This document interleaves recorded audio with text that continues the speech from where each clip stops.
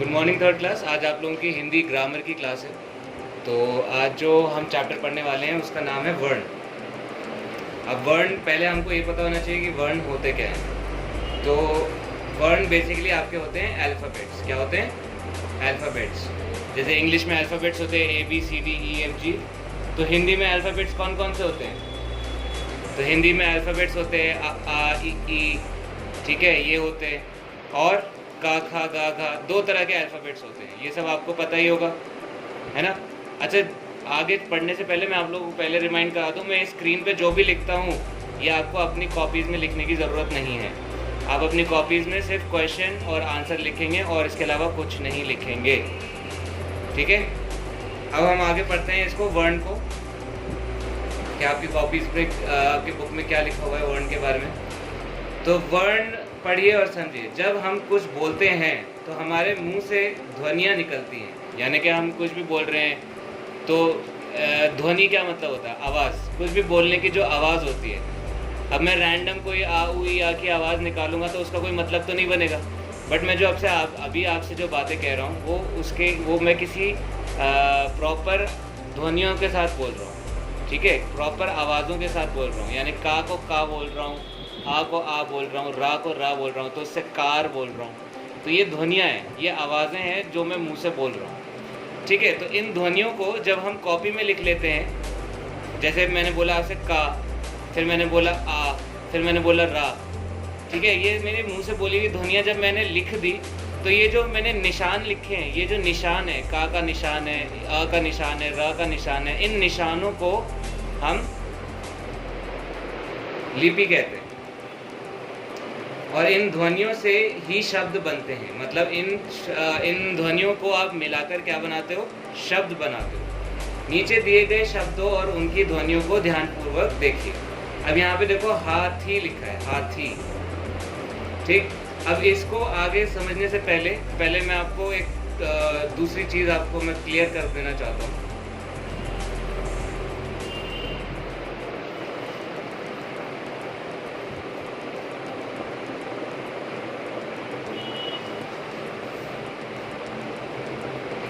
मैंने आपको क्लास से पहले ही बताया था कि वर्ण जो होते हैं, आपको दिख नहीं रहा होगा,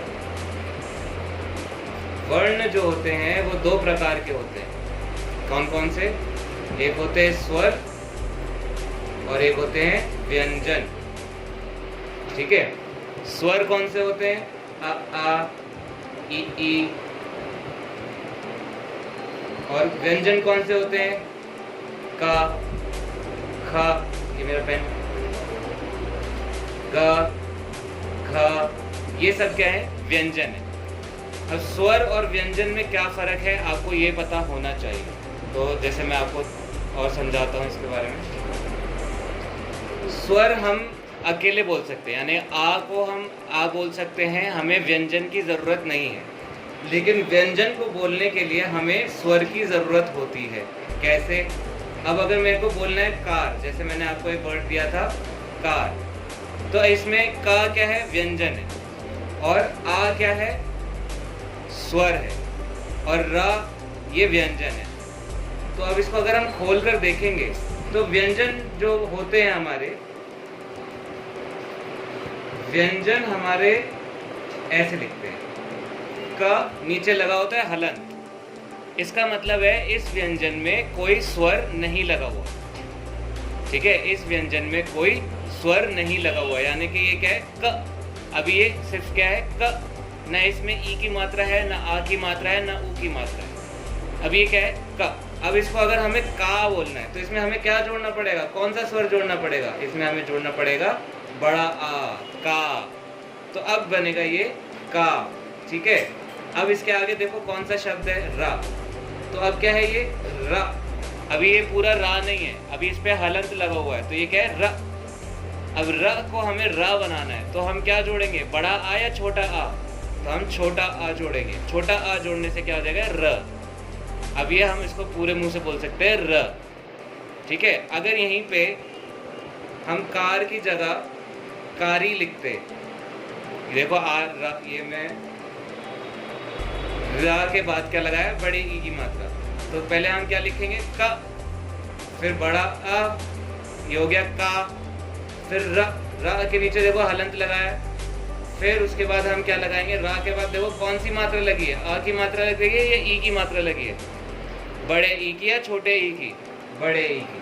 तो हम यहाँ पे क्या लिखेंगे, बड़ा ई लिख देंगे। अब ये हो गया का और आ को मिला के का, रा और बड़ी ई मिला के री, कारी। ठीक है, तो इस तरह आपको ये समझ में आना चाहिए कि व्यंजन जो है उसको स्वर की ज़रूरत होती है। कोई भी व्यंजन अगर स्वर नहीं होगा तो उसको हम आधा पढ़ते हैं। अब जैसे हम एक लेटर एक वर्ड लेते हैं,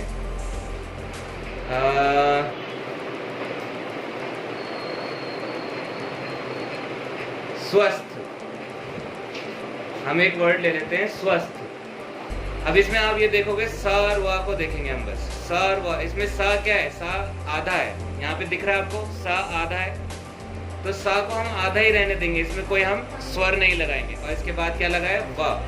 अब वा पे हलंत लगेगा, लेकिन वा हमारा पूरा है, ठीक है, छोटा आ लगाया यहाँ पे, तो ये क्या हो जाएगा, स्वा। उसी तरह स्थ क्या हो जाएगा, आधा सा, आधा था और था पे लगा आ की मात्रा, तो ये हो गया पूरा स्वस्थ, स्वस्थ। देखो 2 बार सा आधा लगा, ठीक है। तो आगे पढ़ते हैं। अब आगे आपकी किताब में लिखा है यहाँ पे हाथी। हाथी का देखोगे पहले हा आधा है, हलंत लगा हुआ है यहाँ पे, फिर आप हा के आगे कौन सी मात्रा लगी हुई है, बड़ा आ, तो हमने बड़ा आ जोड़ा, था हमारा हलंत लगा हुआ है यानी कि थ, और थ के बाद हमारे क्या लगाना है, बड़ी ई की मात्रा, तो हाथी। ठीक है, तो इस तरह आपके जो है व्यंजन स्वर की मदद से बोले जाते हैं। अब उपर्युक्त शब्द विभिन्न ध्वनियों के मेल से बने हैं। इन ध्वनियों को जब लिखा जाता है तो उसे वर्ण कहलाते, वो जब उन ध्वनियों को जब लिखा जाता है तो ये वर्ण कहलाती हैं। भाषा में ध्वनि की सबसे छोटी इकाई को वर्ण कहते हैं। इसके और टुकड़े नहीं हो सकते, यानी कि आप आ के और छोटा टुकड़ा नहीं कर सकते। आप व्यंजन यानी कि का आप सबसे छोटा, उससे छोटा और कुछ नहीं कर सकते। तो जो सबसे छोटी इकाई होती है, जो सबसे छोटा पार्ट होता है भाषा का, उसे वर्ण कहते हैं। यानी कि आप अल्फ़ाबेट्स को वर्ण कहते हो, अल्फ़ाबेट को आप और तोड़ नहीं सकते, ए का और कोई आधा नहीं होता। ठीक है, अब वर्ण कितने तरह के होते हैं, यहाँ पे 3 तरह के वर्ण हैं। अभी तक हम जानते थे कि वावल्स यानी कि स्वर होते हैं, व्यंजन होते हैं। ठीक है, अब यहाँ पे देखो हमें समझना है अयोग वा।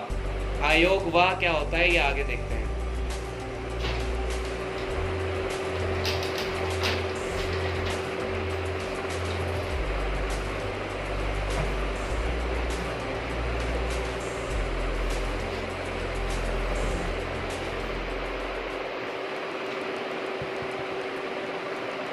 अब देखो स्वर इंग्लिश में इसे वावल्स कहते हैं। क्या बोलते हैं, वावल्स। जो आप आ ई ई उ आप पढ़ते हैं ये हमारे वावल्स होते हैं। ठीक है, ठीक है। तो आगे हम देखेंगे व्यंजन। व्यंजन मैं आपको बता चुका हूँ, का खा गा घा अंगा चाचा जाजा न्या, ये सब आपके व्यंजन होते हैं। ये आप शायद नहीं जानते होंगे। जैसे का आपका का खा गा घा अंगा एक लाइन में, तो इस लाइन को बोलते हैं कवर्ग, क्योंकि ये का से शुरू हो रहा है। दूसरी लाइन शुरू हो रही है चा से, तो इसको बोलते हैं चवर्ग। उसी तरह टवर्ग, तवर्ग, पवर्ग, और यारा लवा जो है इसको यवर्ग नहीं कहते, इसको कहते हैं अंतहस्थ। क्या बोलते हैं, अंतहस्थ। अंतहस्थ के बाद शाशा सहा को बोलते हैं ऊष्म वर्ग। ये इनके नाम है, इन लाइनों के नाम है जिस लाइन में ये पढ़ते हैं। और अतिरिक्त यानी कि एक्स्ट्रा, एक्स्ट्रा जो हमारे लेटर्स हैं का एक हो गया ये ढ़ और ये ढ। ठीक है, अब ये स्वर और व्यंजन आपको पता ही थे। आगे हम देखना है हमें अयोगवा क्या होते हैं। तो अयोगवा जो होते हैं आपके हिंदी वर्णमाला में स्वर और व्यंजन के अलावा 3 वर्ण और भी होते हैं। मतलब स्वर व्यंजन के अलावा 3 और होंगे। अयोगवा में कितने, 3 और मिलेंगे। पहला कौन सा है, अनुस्वार। अनुस्वार में क्या होता है, बिंदु का इस्तेमाल होता है। क्या होता है, बिंदु का इस्तेमाल। जैसे कि आप बोलते हो गंगा, यहाँ पे देखो लिखा है गंगा, तो इसमें क्या है, बिंदु, एक बिंदु लग रही है, छोटी एक बिंदु। उसी तरह पंख, पंख में भी एक बिंदु लग रही है। मंगल में भी एक बिंदु लग रही है। चंचल में भी एक बिंदु लग रही है।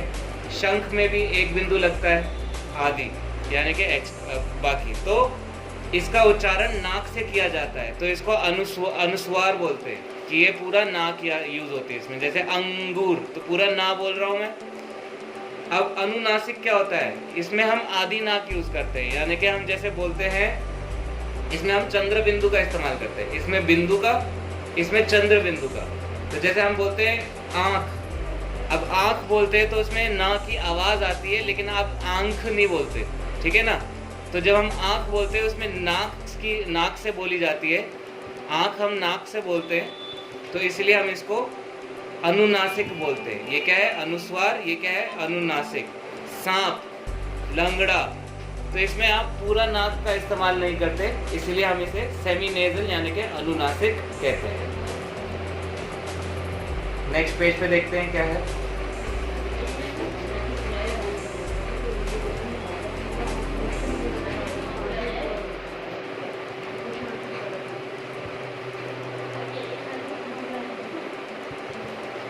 अब नेक्स्ट पेज पे आप देखोगे, आपकी बुक में लिखा है विसर्ग यानी कि कॉलन। ये जो निशान होता है इसको हम कॉलन बोलते हैं। इसको इंग्लिश में भी यूज़ करते हैं, लेकिन इसका आवाज़ और इसका यूज़ अलग होता है इंग्लिश में, और हिंदी में इसका मतलब होता है हा, यानी कि ये किसी भी वर्ड के आगे लगेगा तो उसका हा, उसका प्रोनाउंसिएशन होता है। यानी कि जैसे नम के आगे लिखा है, तो नम के आगे अगर ये विसर्ग लगा है तो हम इसे नमः बोलते हैं। पुन लिखा है, पुन के आगे विसर्ग लगा है तो ये पुनः हो जाता है। और ये अतः, ये प्रातः, फलतः आदि, ठीक है।